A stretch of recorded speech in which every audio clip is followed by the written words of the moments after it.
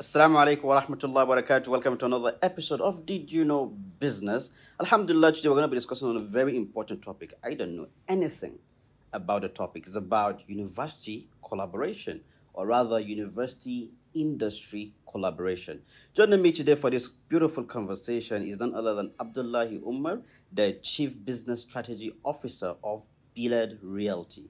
But before we kickstart this conversation, stay tuned. All right, welcome back. Assalamu alaikum wa rahmatullahi wa barakatuh. Wa alaikum salam wa Good rahmatullah. to have you on the show, brother. It's a pleasure to be here. You know, the first day I interviewed you, I was like, hey, I'm going to be interviewing a chief strategist. So I have to strategize my interview. How do you do, Sheikh? Not bad. MashaAllah, tabarakallah. Our topic for today is new to me. And when I got the topic, I was like, what does university industry collaboration really mean? And I was like, does it mean an industry will collaborate with a university, or what is it about? Can you tell us a bit about what this means? I think it's very explicit, just as you've put it, university industry collaboration. As you already know, universities are set up to solve societal problems. Right. So we all, alhamdulillah, have gone through some form of tertiary education, which is directed at assessing what goes on in society, going through theories and literature of what people have done in the past, preparing individuals for the real sector. So when you come out of the university, you're looking for a job. And when you get that job, you're providing solutions to problems. Now, industry, as it were, are a group of those companies that are rendering a service or products within a particular space. So be it agriculture, real estate, financial services, and all. So they're grouped into industries, so sectors and industries. And having them collaborate, so the industry collaborating with universities, will help in strengthening the relationship between content and output, which is something that we believe it's important to be done by both private sector and public sector, because right now you have most universities being supported by the government, most initiatives and clamor for improvement in content of or level of education is directed towards the government, but we believe strongly that the private sector can play a huge role in improving the quality of education through collaborative efforts with universities. And that's pretty much what this university industry collaboration initiative and platform is about. You made mention of something very important. When the student leave the university, they get a job to do. So does that mean that a student is taught exactly how it's going to be out there when he leaves the university? For instance, now, I want to go into maybe real estate. So you as a company or as an industry in that sector, do you come to the university and pick what they call a student that are interested in real estate and then train them to that effect? Or do you just normally go to the university, you collaborate, anybody interested, they come? So right now, it is unstructured. So what we face as businesses is that you put out invitations for people to send in their CVs because you have job openings. Right. Now, you'd be very surprised that if you set out a job opening for a bank teller job, that you would receive submissions from people that have studied accounting. You would rather receive submissions from engineers, from business management students, from, if you're not careful, pharmacists. Now it's quite unstructured because the ideology around is that we just need that certificate. Irrespective of what it is, we're not going to use it. We just need the certificate to show that we've been through the four walls of a university. Now we want to try and see how we can correct that. Right. And correcting that means when industry interacts with universities, it will give the opportunity for students to realize the importance of what they're being taught. So the relevance of what they're being taught. So the whole idea of people cramming for examinations and just memorize it, write it for the exam and pass would now be adjusted, because industry experts are coming back into the classroom to say, look, what you've been taught, this is how we use it in the real sector, this is how it applies. So they become more interested in what they're learning, they become more involved in what they're learning, so they can now be more streamlined. Equally, you would find that companies have a set budget where they have to train new intakes on the things that they need to learn to be conversant with how business is being done in their space. Now, you would find that if we're able to inform universities on certain adjustments that should be made to curriculum of specific courses or modules, then companies will no longer need to spend in those areas. So they're redirecting that part of their budget back to the universities. So what we're looking at is the possibility of having better interactions, because if you go back to the COVID period, where we're still in it, but when it was at its peak, the globe was on a race for a vaccine. And a lot of that research activities were handled by universities, microbiology labs and all, but they were receiving funding from private sector companies. It shouldn't be any different in Nigeria. You have the Silicon Valley and other places like that where you have a concentration of institutions and businesses that leverage on research that is being done on the universities, and then they're able to add their money to it, and it becomes something that is a solution to a problem that exists within society. And it could be flipped, wherein as a company I have some problems that I want to solve, and I put those problems up, and it's picked up by the universities, and the students, either undergrad or postgrad students, are able to pick it up, send us a research proposal, and if we like the content, we fund it. So there's so many possibilities that could be achieved in harnessing university industry collaboration. You know, your organization, Billard Realty, I saw that you guys wrote a book, you did a kids book on what they call it, on construction, and the book was so beautiful, you know, and I saw a lot of young people working, doing this and doing that. Would you say this is a way to make better, make the younger generation understand how to use, or perhaps make the younger generation know how to go into the industry of real estate? So I would say yes. That real estate for kids was directed toward kids, children from within the ages of 6 to maybe 10 years old. And if you align that with university industry collaboration, we're now targeting individuals who are within the ages of 16, 17, up until 20, 24, 25, depending on who goes to school, or when you go to school, even the 30s, because people do their masters maybe when they're in their 25s, moving to 30 years old. So we're targeting a different segment. And to be honest, the wider perspective of all the initiatives that we put together is targeted at succession planning. So if you're creating a business, who's going to handle did you know after you? Where's the passion? Who have you prepared to take over things from you in a manner that you have not even imagined? Because you're gradually going to be outdated, you're going to become a bit tired. So you need somebody younger who's going to come up with the drive, the passion, and he wants to take what you've started to something much better and much greater. And one of the ways we can achieve it is by having those specific conversations. So when you pick up Did You Know, for instance, as a case study, and we walk to the university, you say, which faculties do you interact with? Are you looking at mass communication? Are you looking at marketing? Are you looking at accounting? Which of the faculties are you looking at? Which of the departments are you looking at? And you sit down and you say, okay, I'm looking for this type of individuals. Now, it would be cheaper for you to train people that are already within your field of endeavor, compared to picking up an engineer that has a passion for what you do, you would spend slightly more because you now have to teach him the lingo and all of that related to media and communications. Right. But when you find a student that is already a student of media and communications, so it makes it that much easier. So there are certain things that may have evolved from the perspective of the content that is being taught to the students right now, but you're already implementing it in industry.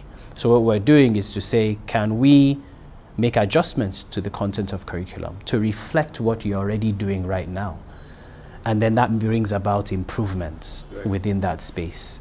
Amazing. Coming back to, the university industry collaboration, a lot of people don't know about this. A lot of organizations don't even know that there's a need for collaboration. What is your organization doing to make this more known to the society? So what we've done so far is that we've succeeded in signing a memorandum of understanding with FUT Minna, Federal University of Technology Minna. And with the signing of that university industry collaboration agreement, it's opened a platform for us to interact on a number of focal areas, one of which is most critical is curriculum development. Now, in that aspect of things, we were very pleased to find out that universities have ownership of 60% of the content that they teach to students, while 40% must be in conformance with NUC. Now, with 60%, you can do so much. You can introduce components of industry experts coming to the classroom. Right. You can introduce consulting services. You can introduce case studies, real life situations where it would be targeted at SMEs within any business environment, within any locale. So that for us is an area of interest where the university is open and willing to say, okay, their lecturers in certain faculties and departments should have interactions with industry experts and see what are those things that they need to make adjustments to for their curriculum. The second focal area we're looking at is joint research publications. So there's a lot of research that is being done in institutions that unfortunately so many businesses are unaware. So it doesn't get past the defense period where you have the internal defense and external defense. Is just done as almost a ritual where if you finish if you're about to graduate, you have to write a thesis. It's part of the ritual. But there's more to it than just writing the thesis, because the thesis is supposed to be a build-up of old knowledge. Right. So you go back in history and see this particular subject matter, where have we gotten to, and what is new, and what can we bring into it. And that is supposed to reflect on society as a whole. So being in industry, for example, real estate, I'm trying to find out what materials I can use to improve building that are available locally. Considering the fact that importation and all of that is becoming much more expensive, how do I get local materials that are reliable, that would resist and withstand the elements, external elements, relative to what I'm using today? Now, the best platform to do that for us would be the universities. So if they pick up a research like that and I'm interested in it and I fund it, then I have rights to intellectual property. Right. So it helps that component of research, and then we can now publish the outcome of it, and it becomes new knowledge that other companies can begin to apply in the improvement of their own activities as well. And then we look at areas of SIWES, internship, and employment. So already universities have the standard SIWES program, where in I think 200 level or 300 level, students go out for between 4 months to as much as 1 year, depending on the course, to participate in companies, work for that period and learn what is being done. Now, some of the challenges that exist include the difficulty of lecturers overseeing the students' activities within these companies. So we're trying to create a portal that would integrate systems like Zoom and Microsoft Teams, where virtually we can have meetings with lecturers. Amazing. Feedback sessions on the students, and then when we have issues in terms of company problems, we put it on the portal to say, okay, which students are going to pick up this as a research topic. So even students that find it difficult say, oh, what research topic am I going to work on?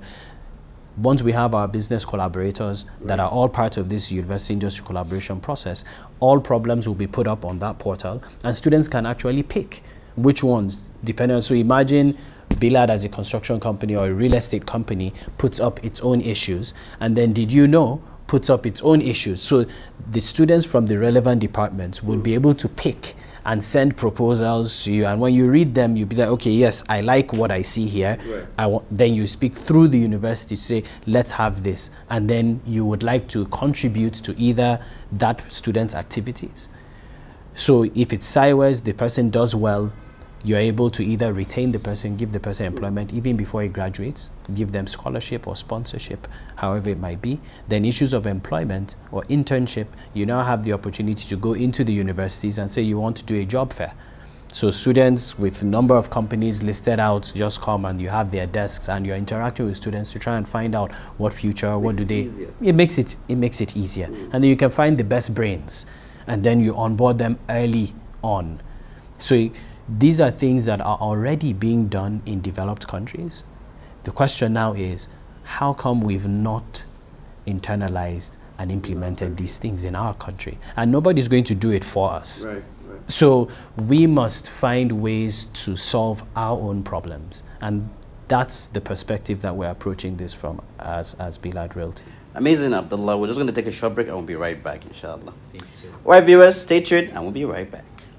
And welcome back. We have been discussing on university-industry collaboration. Alhamdulillah, we have been discussing with Abdullah Umar from Bilad. You're welcome, Habibi. How are you doing? Thank you. Hope you're not tired, Habibi. No, we can take this on for so long, honestly. You know, amazing. We've been talking about this particular, subject on collaboration, university-industry collaboration. I got to realize recently that Bilad did a book for kids on, what they call it. Is it construction? Real estate. Real estate, right? And I saw there's so much cartoons and everything, and it looks so nice. And I myself wanted to wow, I think I can do this stuff. Why did you guys do a book? Is it based on on the collaboration? So we did the book. To be honest with you, that book came up as a concept from one of our staff, and when he presented it, our mind started running to say, if we do this for real estate, it means we can do it for several other industries and several other topics, and it's a way to connect with the kids. You have situations where kids say they want to become senators, they want to become politicians.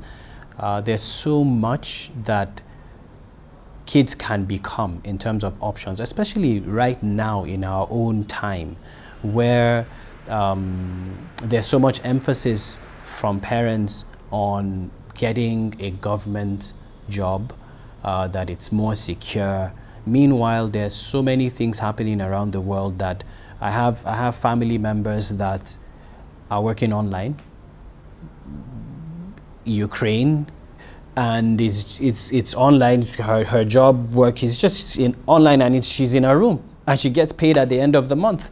Really? So typical is that her mom, my aunt, now comes and says, you don't go anywhere.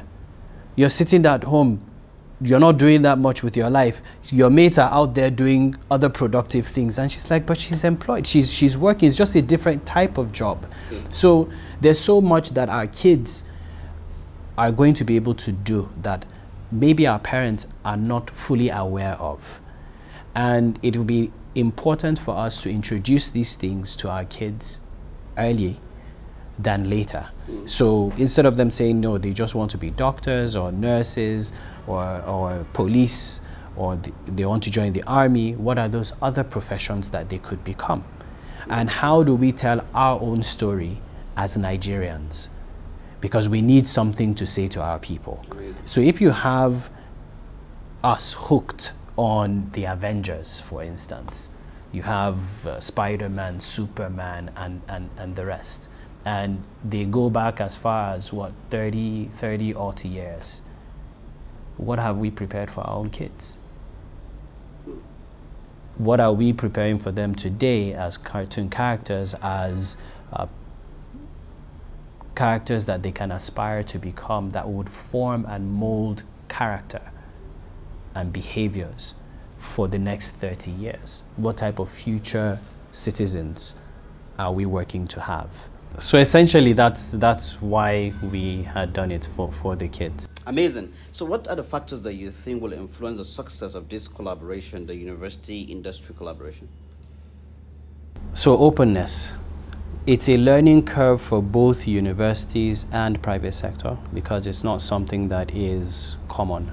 It's not something that we've done before. We have the experience of it. So we're both platforms, both the university and industry, are going to learn through the process to build the type of platform that would enable both sides of the table to benefit from it. The schools would benefit from additional investments. They would benefit from new related issues that are societal based, right. Such that it would create new content.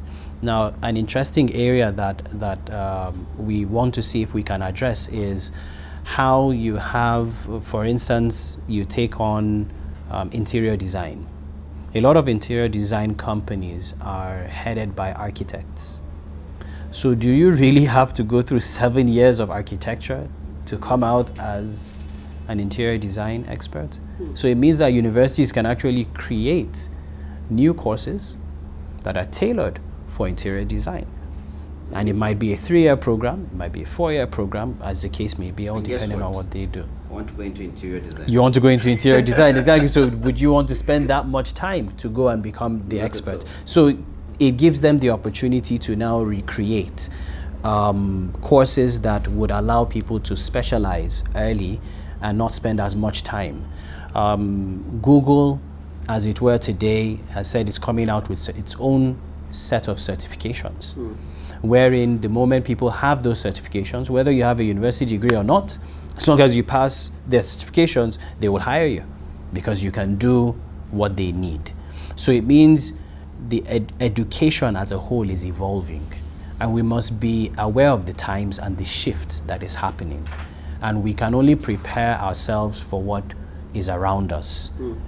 And so success on that end is relative to how flexible our universities are going to be, and then as well the expectations of industry, because a lot of people say, oh, you know, it's difficult for you to find people that are employable. Now it's to improve that bit. So the budget that I set aside for training new intakes, especially in areas that are supposed to have been taught within the classroom, I take that component of it and send it back to the universities for them to sharpen up what they need to train people on, and they learn it. So when people come to me, all I'm teaching them is my core values, my vision, my mission, and then the specific modus operandi of my business. Right. So it makes it a bit easier. So that success factor there has to be patience. There has to be understanding, there has to be openness, knowing that people will know that, you know, we don't know it all, but then we're willing to learn as we move on. And I think those are the things that we will be looking for, and I think we found in FUT Mina, they're willing to be open for us to explore that, and we are as well willing to learn to see how we can strengthen this process. But to be very critical and open about it is that we can't do it alone. So we are looking for partner companies, Did You Know, and several others across different industries. So it doesn't have to be real estate. Be you in banking or financial services or agriculture, we need the collaboration from all industries. Right.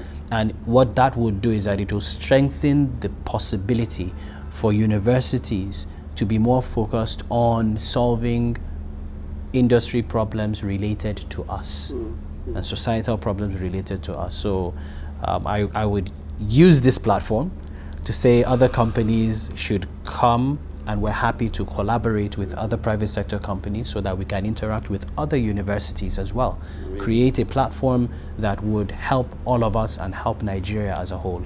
Amazing. So openness and patience are the key things. Yep.